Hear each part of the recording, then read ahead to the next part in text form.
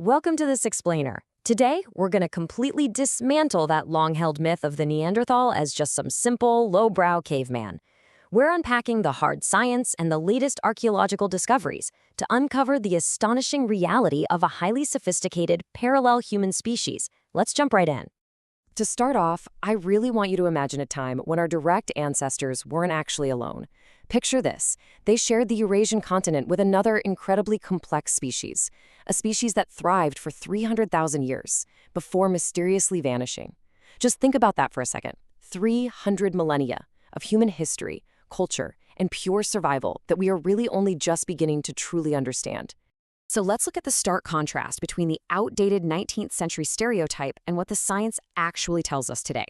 For the longest time, the prevailing myth was that they were just these ape-like, mindless brutes. But, the modern archaeological reality reveals something entirely different. We're looking at a sophisticated people who profoundly mastered an unforgiving environment and possessed some truly deep social complexity. Part 1. Built for the Ice Age, Extreme Adaptations. Their very bodies were absolute masterclasses in evolutionary engineering. They lived through brutal ice age periods where temperatures frequently plummeted to -20 degrees Celsius. To just exist, let alone thrive, in a freezing, unforgiving landscape of ice and wind that required immense, almost superhuman physical endurance. And one of their most fascinating adaptations to this cold was the radiator nose. Paleoanthropologist Chris Stringer points out that their distinctively large noses and faces were actually pulled forward to create this massive internal volume. It literally acted like a built-in radiator, warming up and humidifying the freezing bone-dry air before it even hit their lungs. You combine that with huge barrel chests designed to rapidly oxygenate their blood, and you've got a species perfectly built to burn energy and stay warm.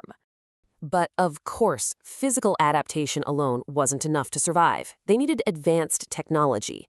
Enter the groundbreaking Levallois technique. Now, this wasn't just casually smashing rocks together. No, this was a meticulous, three-step flint-knapping process that required immense foresight. They would expertly shape a core, carefully chip off these thin flakes, and then sharpen perfectly beveled edges to create a concave ledge that could be securely attached to a spear. It's brilliant stuff. Part 2. Master hunters, prehistoric nomads. So, with these deadly tools in hand, they didn't just wander around aimlessly. They became the absolute dominant predators of the prehistoric landscape. We're talking about consistently hunting massive, highly aggressive megafauna in close quarters combat. Taking down a 2-meter-tall auroch or a woolly rhinoceros? Yeah, that wasn't just a matter of dumb luck.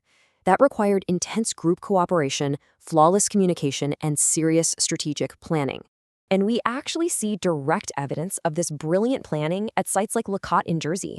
Back then, Jersey was firmly attached to the European mainland, and Neanderthals used a towering 150-meter rock formation as a strategic lookout. By getting up high above the plains, they could perfectly track and control the movement of these massive herds, effectively trapping animals in deep coastal canyons that today are completely underwater. When we analyze archaeological sites like Cahors and Grotte Mandrin side by side, we see this super clear pattern of deliberate nomadism. They migrated across vast geographies, sometimes carrying flint from up to 300 kilometers away, moving to perfectly timed, specialized sites. For instance, Cahors was an intermediate slaughter site where they quickly butchered animals, whereas Grotte Mandrin was a migratory shelter they returned to repeatedly over 80,000 years, often staying for just a few days at a time. This profound, deeply ingrained connection to their environment made them so much more than just rugged survivors. As Professor Stephen Mithen beautifully notes, they were deeply sensitive, caring beings intricately tied to the wilderness. They could read the rivers, the forests, and the shifting seasons with an incredible expertise that, honestly, we modern humans have largely lost today. Section 3. Origins of Culture, Social Complexity. To truly wrap our heads around who these people were, we've got to look past their survival skills and dive right into their social networks. Neanderthals generally lived in small, tight-knit bands of just 20 to 30 people scattered across vast areas. To avoid genetic bottlenecks, evidence from caves in Spain shows they actually gathered annually. And these weren't just casual social calls. They were absolutely essential for exchanging crucial geographic information and even exchanging members of their groups, like swapping siblings, to ensure the overall gene pool of their species stayed incredibly healthy. Naturally, pulling off these complex gatherings required serious communication.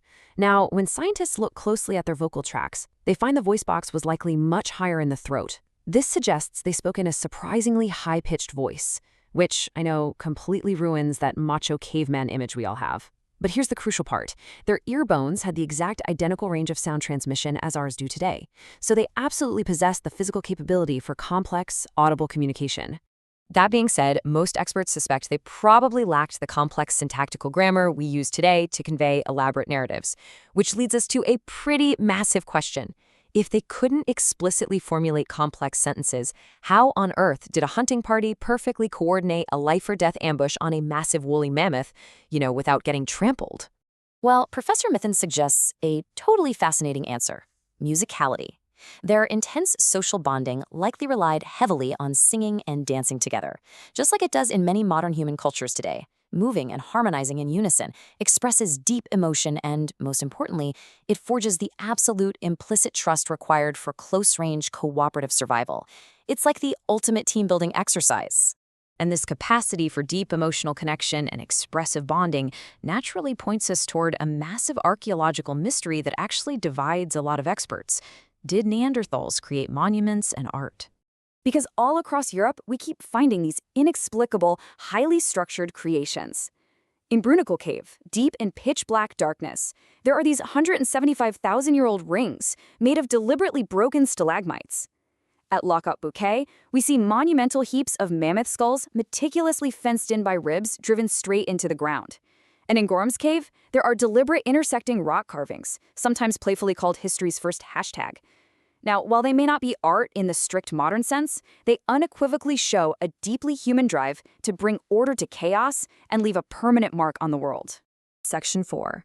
The Final Act, a Gradual Disappearance. Despite 300,000 years of pure dominance and deep social complexity, their story fundamentally shifts with the arrival of, us. Neanderthals had successfully settled places like Grot Mandrin 120,000 years ago, but around 50,000 years ago, the first scouting parties of Homo sapiens arrived in Western Europe. Over the next few millennia, successive waves of modern humans moved in, overlapping with the Neanderthals for a few thousand years, until the Neanderthals finally completely disappeared from the fossil record around 42,000 years ago. So why did they disappear? Experts like Oxford's Tom Hyam suggest they were, somewhat ironically, trapped by their own success. I mean, they had survived immense climate change with an exquisite, highly stable culture, but they were making the exact same types of tools for hundreds of thousands of years. They simply lacked the rapid innovation and material creativity needed to adapt to the sudden arrival and fierce competition of Homo sapiens. But, and this is crucial, it wasn't a sudden, violent wipeout where they were simply conquered overnight. Not at all. It was more of a genetic mosaic. It was a slow, gradual fade spanning thousands of years where our two populations intimately coexisted and profoundly interbred. And because of that profound interbreeding, practically all of us carry fragments of their genetic code inside us today. In a very real way, they never truly left us. So I want to leave you with this final, somewhat profound thought to chew on. What if they hadn't faded away? If our lost evolutionary siblings, with their distinct social intelligence and incredibly deep attunement to nature, had survived alongside us, how incredibly different would our world be today? Thanks so much for joining me on this explainer, and remember to always keep questioning the history you think you know.